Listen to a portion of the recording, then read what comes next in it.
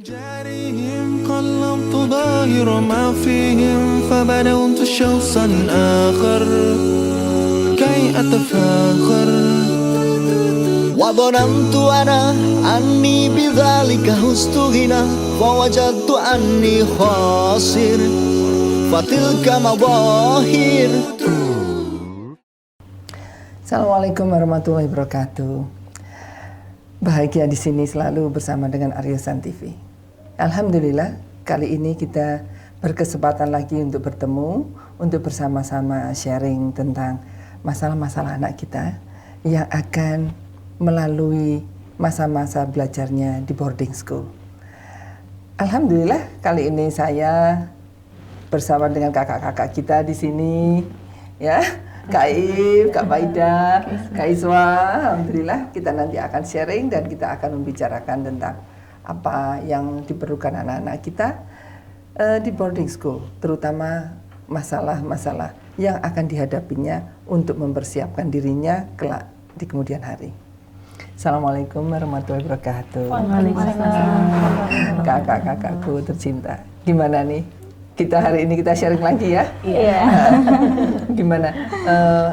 Ini saudara-saudara kita yang lainnya tentu juga akan menunggu-nunggu apa yang bisa kita sharingkan untuk bekal saudara-saudara kita yang kemungkinan akan menyekolahkan putrinya di sekolah-sekolah yang berbasis boarding school asrama.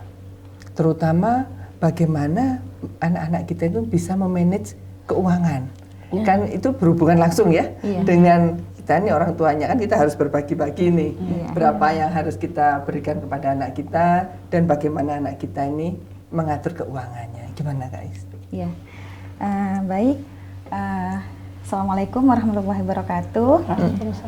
Di sini saya akan berbagi cerita dengan kakak dan bunda tentang bagaimana sih seorang anak jika dia sama orang tuanya dikirim atau dimasukkan ke boarding school.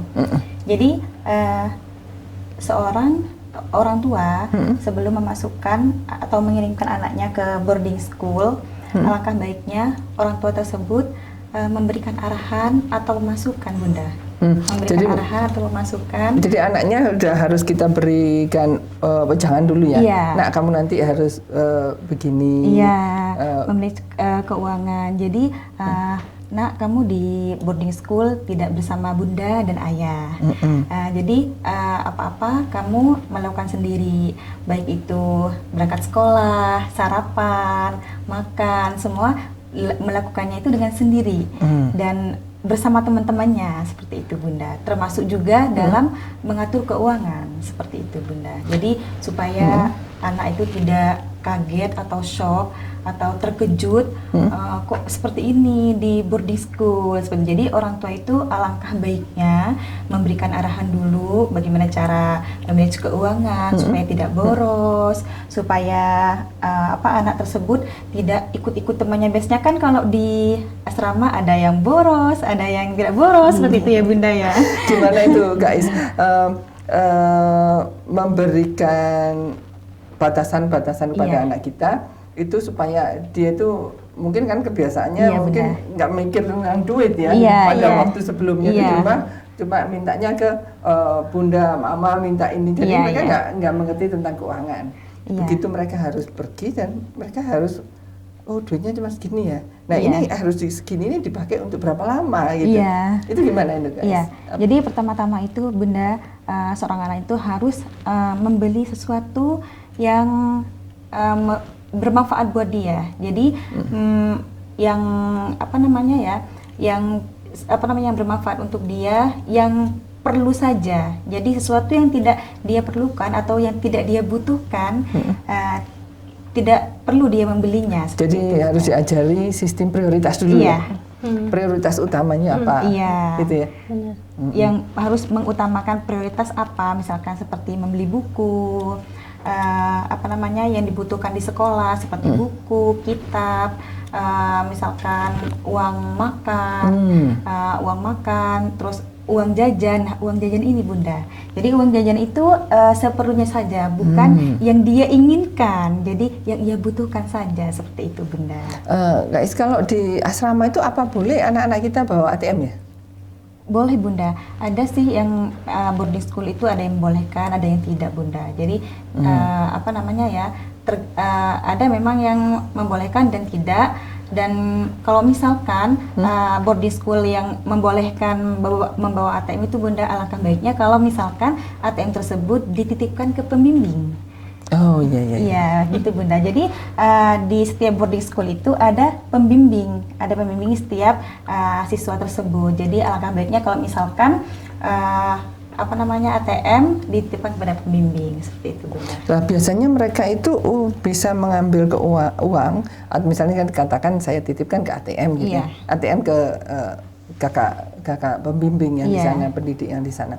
Terus boleh mengambilnya tuh kapan? Sebulan sekali atau seminggu sekali atau gimana kan? Iya, biasanya tuh seminggu sekali Bunda, supaya kalau setiap hari itu anak-anak kan bisa boros. Jadi biasanya itu 1 minggu sekali atau 2 minggu sekali, biasanya seperti itu Bunda. Terus pertanyaan saya sekarang lagi, ini kan masalah uang saku ini kan berbeda-beda ya. Iya. Misalnya dari keluarga si A itu berapa, itu berbeda. Nanti dari keluarga si B itu berapa kan berbeda juga. Nah pada waktu 1 minggu, Iya. 1 minggu itu kan mereka diperbolehkan mengambil.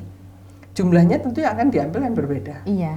Nah pada waktu mereka itu libur kan boleh keluar ya? Iya, Bunda, Boleh keluar. Nah pada waktu tamasya boleh keluar membeli sesuatu, itu kan pasti ada agak kesenjangan ya. Iya.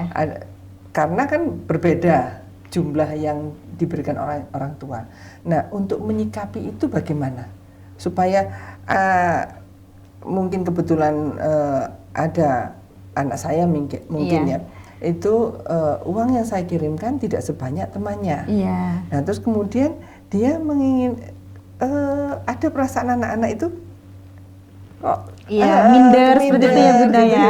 Terus gimana nih untuk Iya. menyikapi itu dan Iya. supaya supaya anak tersebut tidak Iya, minder minder dan atau dana yang merasa tidak menjadi orang yang tidak punya, katakan seperti itu ya Bunda dan ya. selalu bersyukur, alhamdulillah Iya. orang tua saya sudah mengirimkan sesuatu Iya. untuk saya. Itu gimana itu menyikapinya? Iya itu? Bunda.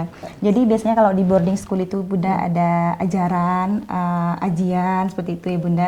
Atau dari pendamping itu juga memberi nasihat kepada siswa atau anak di boarding school seperti itu Bunda. Jadi kita itu mengajari mereka untuk selalu bersyukur dan tidak mengikuti apa yang dilakukan oleh temannya. Misalkan seperti yang Bunda katakan tadi, temannya dikirim misalkan 2 juta 1 minggu. Terus satunya 1 juta, teman satunya itu 1 juta. Jadi di situ Bunda, manfaat adanya pendamping. Dan seperti saya katakan tadi Bunda, di awal orang tua sebelum mengirim anak ke boarding school, alangkah baiknya kan Bunda, kalau misalkan orang tua itu memberi wejangan, nasihat, dan didukung di boarding school itu didukung oleh pendamping yang juga memberi nasihat seperti itu. Jadi harus bersyukur apapun yang diberikan oleh orang tua kita kepada kita itu harus menerima dan mensyukuri kan. Kalau kita selalu bersyukur Bunda, insya Allah akan selalu diberi tambah oleh yang Maha Kuasa. Insya Allah.